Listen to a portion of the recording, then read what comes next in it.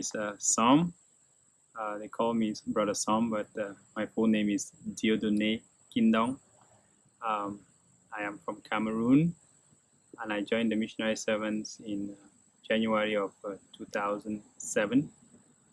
And I am in my last year of theology. I just professed my final vows, and I'm looking forward to ordination as deacon this coming weekend, August 15th.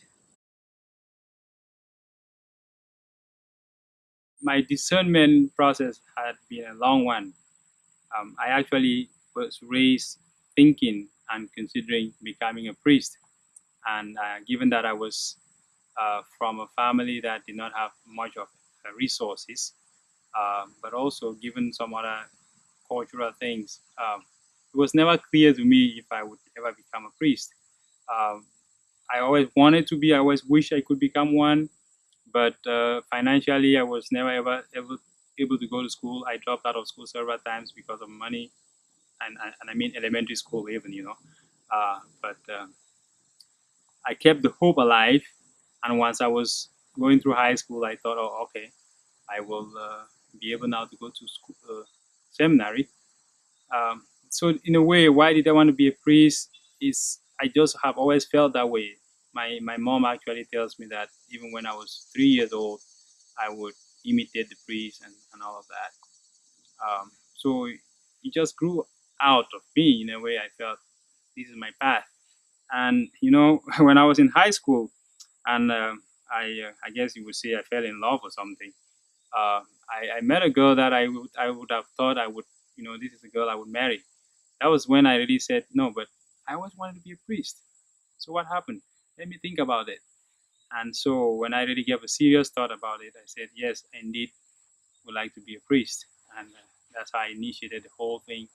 I began contacts. I started off talking to the vocation director for the diocesan seminary in my country, and it just happened as Providence would have it that when I was in the university, and the reason why I was in the university was because I wanted to join the Jesuits, and they said, you know what, get the degree first, and that will make you a better candidate for us.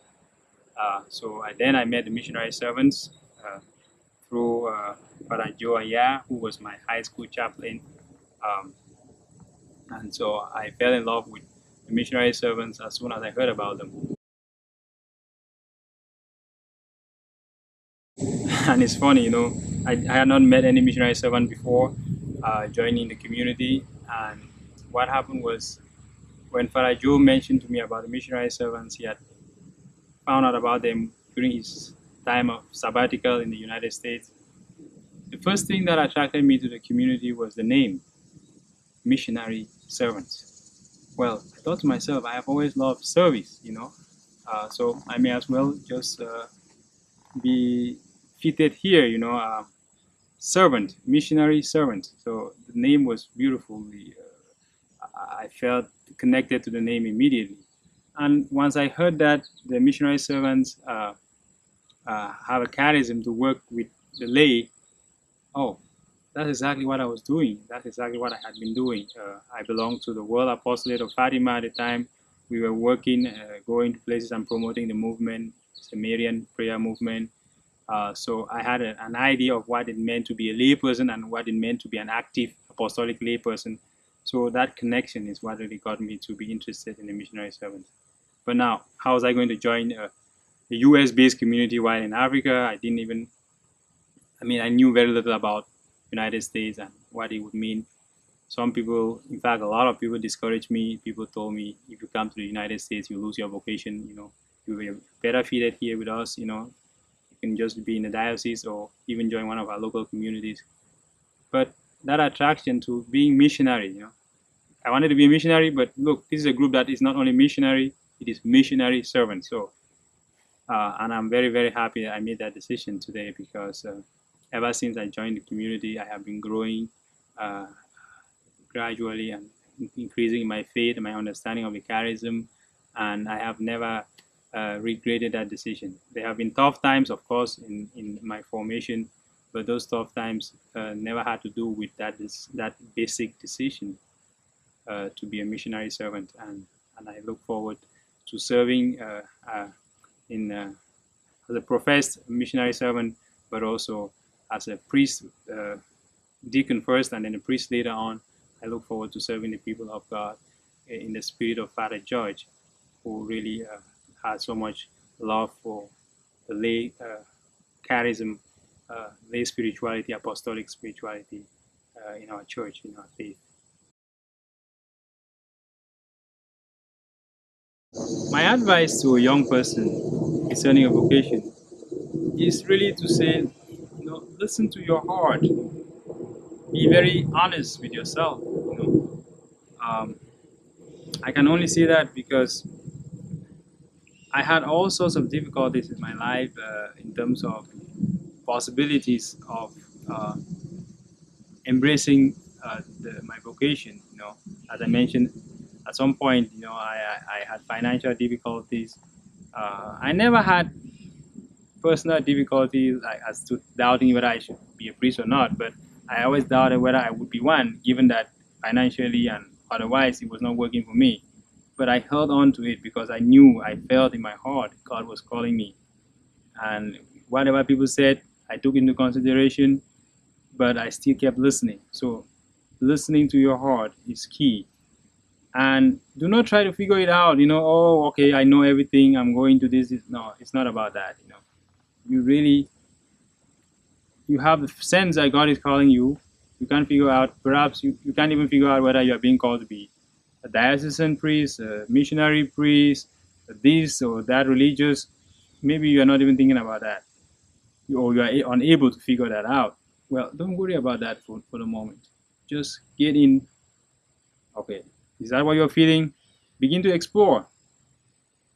Visit communities if you are called to religious, feel like called to religious life, or maybe you don't even feel like. Just visit, get different experiences. What's happening? Who's doing what? Where? And just listen. Where are you being pulled to? And give yourself in. Be ready to surrender. Be ready to learn. Be ready to make a mistake. In fact, you would realize at the end that what you would have thought a mistake was indeed a blessing. When I wanted to join the missionary servants, I was told, hey, you want to be a religious, a missionary, a priest, and you're going to the United States, boy, you're going to lose your vocation there. Well, almost 9 years later, I'm still here, still uh, moving on with the discernment and growth in my vocation, and I'm happy. So, what best advice to give you? Listen to your heart and be willing to follow it, being sincere. Perhaps even in formation, once you join a community or diocese or something, you might begin to feel that, oh, is this really worth it or anything like that? Well, in my particular case, I found encouragement in knowing that people got more from me than I ever dreamt I could give them. People saw me and thought that, oh, they saw God in me. People heard me and thought they heard God in me or something. Now, it's God speaking to them through me. I don't have to know that God is speaking to them through me. It just has to be a reality. So remember, if God is calling you, God will be using you. Be careful not to get in the way of God by saying, I'm not qualified, I'm not this, I'm not that. It's not about I am this. It's rather about what God is willing to do with me. And am I willing to give myself to God to use me and do with me that which God wants to do? That's my key advice to someone discerning a vocation.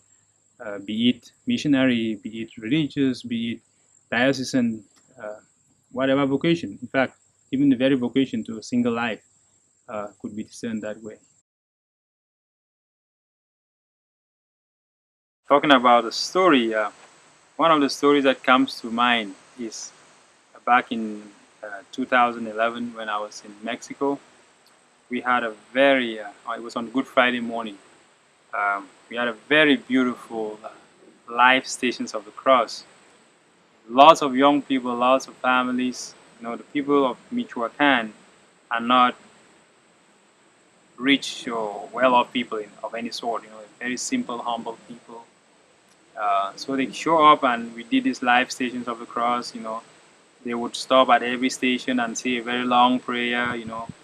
One of the few times I publicly uh, uh, did something in Spanish was during that Stations of the Cross when I was asked to do a long prayer that was probably 7 minutes long. So 2 hours later, we are still doing the Stations of the Cross. We are all tired, and once we are done doing the stations, people sat in the very chapel where there was indeed a Blessed Sacrament present, and they started to share food. It was mainly rice and chicken. And first impression I had was a shock because uh, in my culture, generally, we do fasting on Friday, Good Fridays, and in my particular case, I tended to just do a 24-hour fast, no food, no water. At that particular day, I don't remember if I had decided I wanted a 24 hours or not, but I knew for sure that I was fasting before that particular time. And so I began being, critical and thinking, hey, what are these people doing, eating, and on top of that, eating chicken, which, as I was raised to believe, it was meat. Later on, I would find out that different dioceses have different prescriptions as to what to eat and what not to eat. But at least at that time, I thought of meat as chicken as meat. As I was doing all of this in my mind, and believe me, it took me very few seconds to do all of this thinking, as I tend to do anyways. Um, then I realized, well, to be missionary precisely means to be able to get involved with the people, get involved in their culture, be open to learn what people think, what people do, why they do it. If you have something to teach, you can teach later on. The moment would come to teach, but that particular moment wasn't a moment for me to teach. And I realized that. And what did I do? Well, I stretched out my hand, received my own bowl of rice and chicken, and boy, did I eat it! I really had. I was, of course, hungry, so it was a nice thing that I finally got something to eat, and I ate it with a lot of delicious. I felt that the food was delicious, and I never regretted having done that. And I learned from that to hold my judgment and learn and look into, as I just mentioned, I learned different dioceses had different definitions for what meant to eat, what could be eaten and what could not be eaten. I didn't even know that. So you can imagine the scandal that I could have caused there if I had tried to preach to them. So being a missionary means to preach, but preaching doesn't mean, moralizing things, instructing people what to do. But teaching really means sharing and allowing the people to teach you. So it's a mutual thing. In fact, I learned this back when I was in middle school, that whenever I tried to teach my classmates, each time I did, I was actually learning more in that process than I was giving out. So that teaching for me really has come to be understood as a learning process rather than a giving process. It's not when I tell people what to do, what to eat, that then makes me a teacher. It's rather when I'm able to look at what they are doing, learn from it, and be able to fill in when I am able to do so.